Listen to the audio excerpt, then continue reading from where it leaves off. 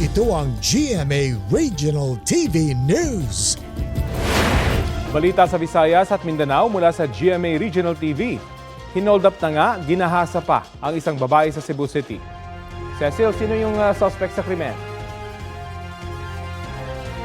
Rafi, suspect sa krimeng yan ang lalaking nagpanggap bilang rider na nabuk ng biktima sa isang ride-hailing service. Kwento ng 21 anyos na babae, hindi niya agad namalayan na maling motor taxi ang nasakyan niya.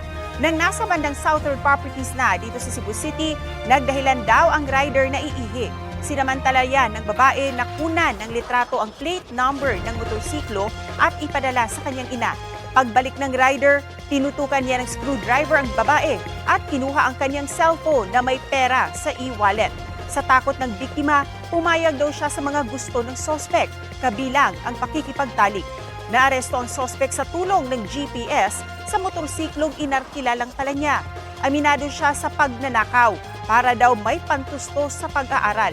Sinamantala na lang din daw niya nang pumayag sa alok na pakikipagtalik ang biktima. Desididong magsampa ng kaso ang biktima.